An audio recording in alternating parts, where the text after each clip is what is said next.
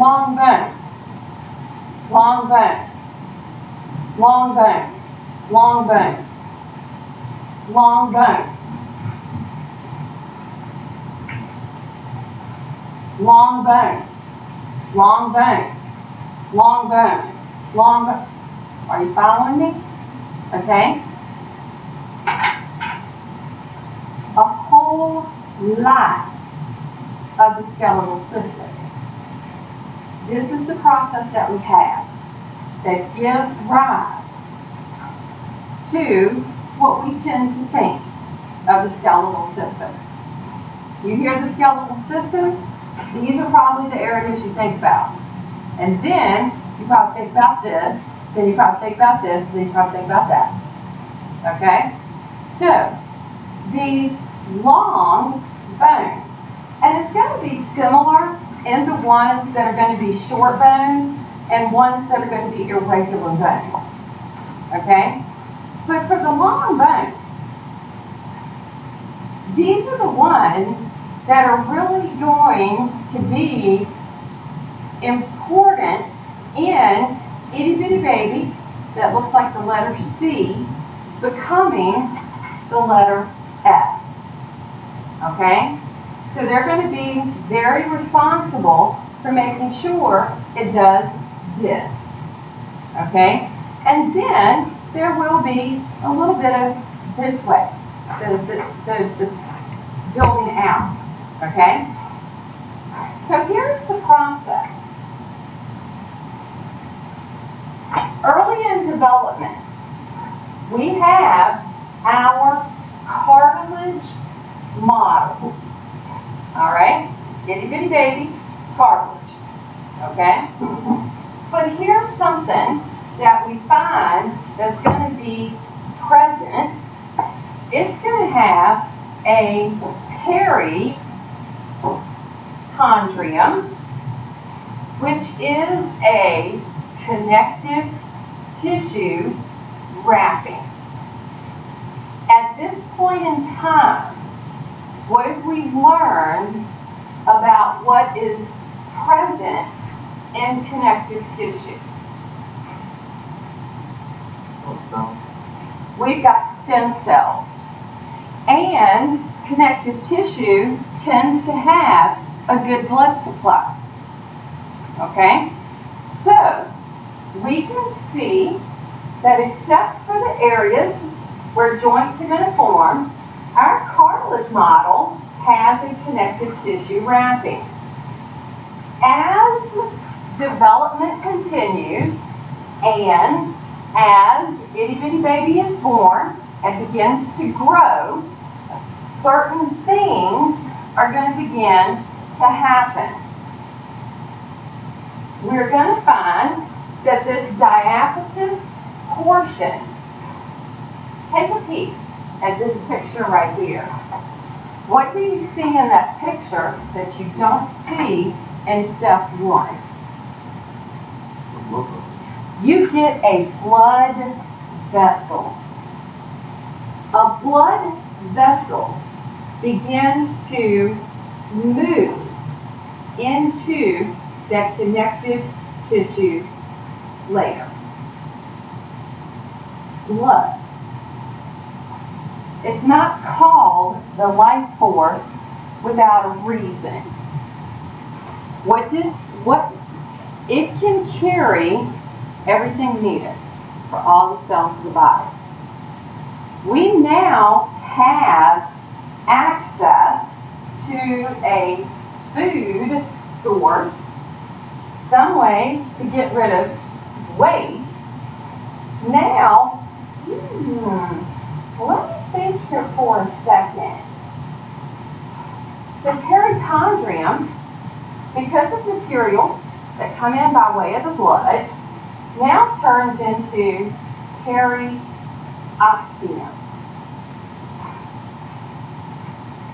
It went from being perichondro to periosteo. What's the difference?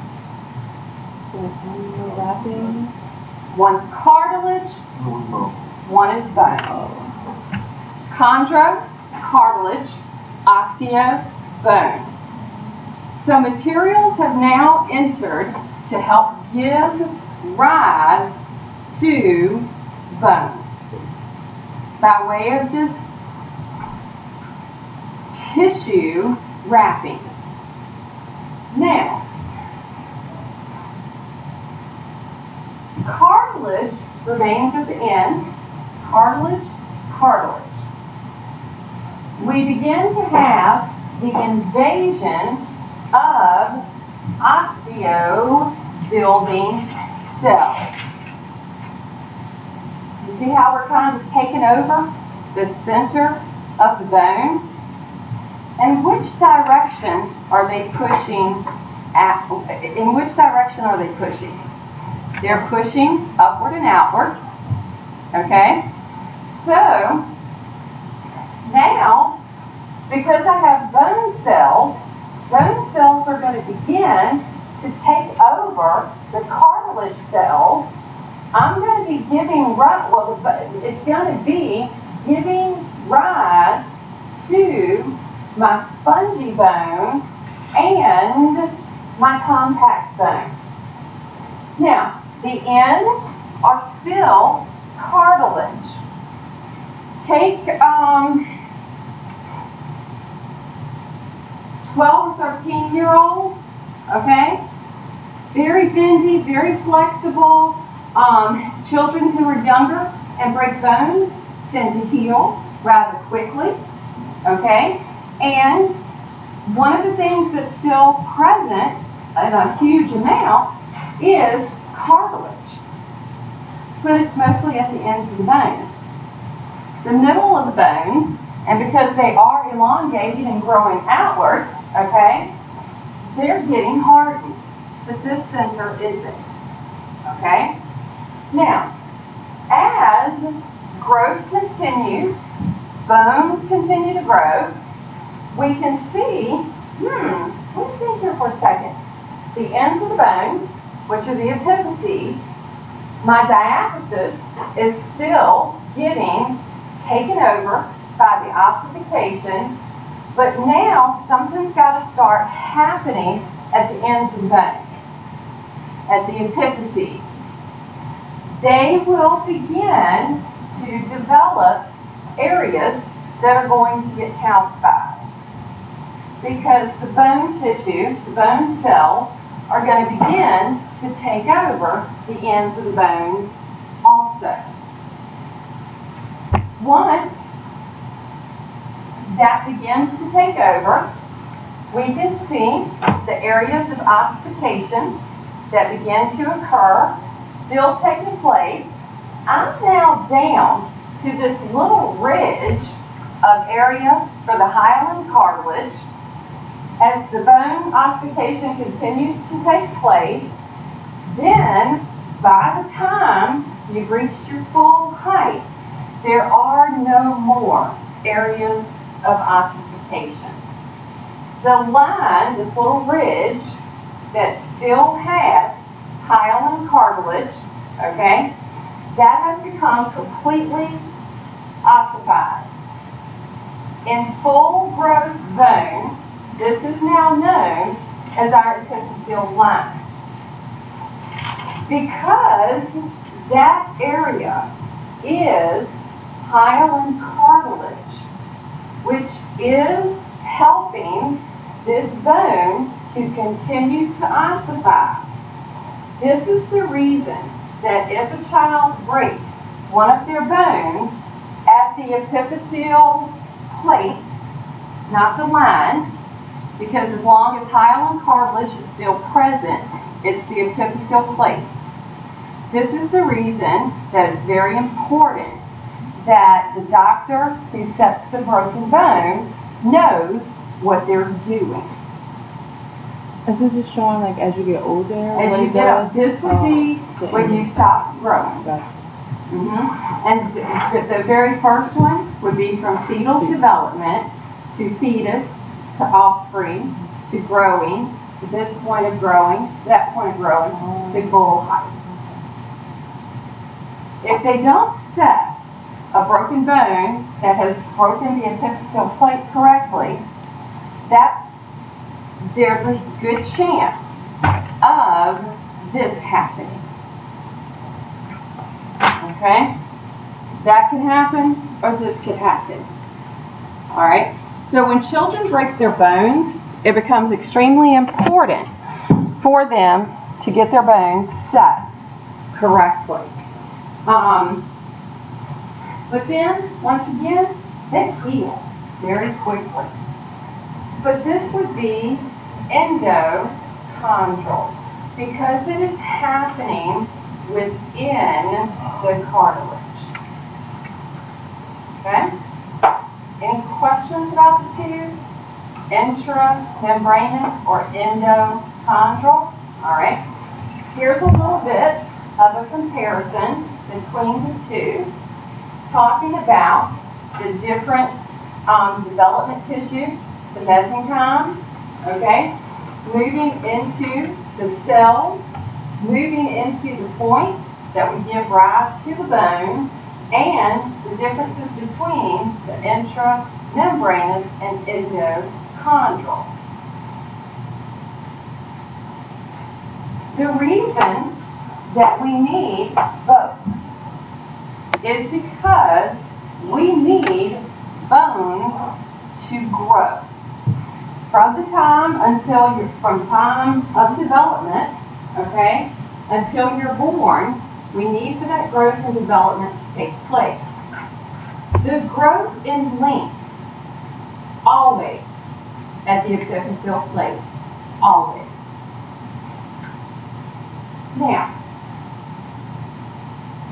cartilage is needed. We need to make sure that the cartilage grows not only in length, but in width. As it does that, those osteocells will take over, and usually, now 12 is awfully young. It's going to be closer to that 20 range for the closure of the epiphyseal plate. Now, in those bones, at the end of our bones, and most of the long bones, at the end of them, there is a little bit of cartilage that remains there. However, this is one that's called articular cartilage. Whatever you had from the very beginning, okay, from development, that's all you did. Alright? Now, articular cartilage, it doesn't ossify. And for the most part, because we tend to overuse it and abuse it, chances are, in a lot of our well-used joints, i.e. knees, ankles, elbows, okay, it's going to actually disappear because we've used it so much. Alright? It just stands to reason that it's going to disappear. What happens when that occurs? Do what? Alright, as that stuff breaks it down, arthritis. Heard the funniest thing. It was either this morning or yesterday morning. Okay, y'all know Alexa, right? The little thing you talk into, and I don't have one, but you know, it's supposed to do like everything for you, you know. So, the radio station I was listening to, they were like, well, what if you speak a different language? You know, how does Alexa know if you speak a different language? And I was like, well, that would be interesting, wouldn't it? But guess what they said the language was? They was like, what if you speak Southern? And I'm going, what? Okay, you know, I sound like I'm from Georgia, but I'm not. Okay? And it was so funny. It was like, Alexa, put down biscuits on my grocery list.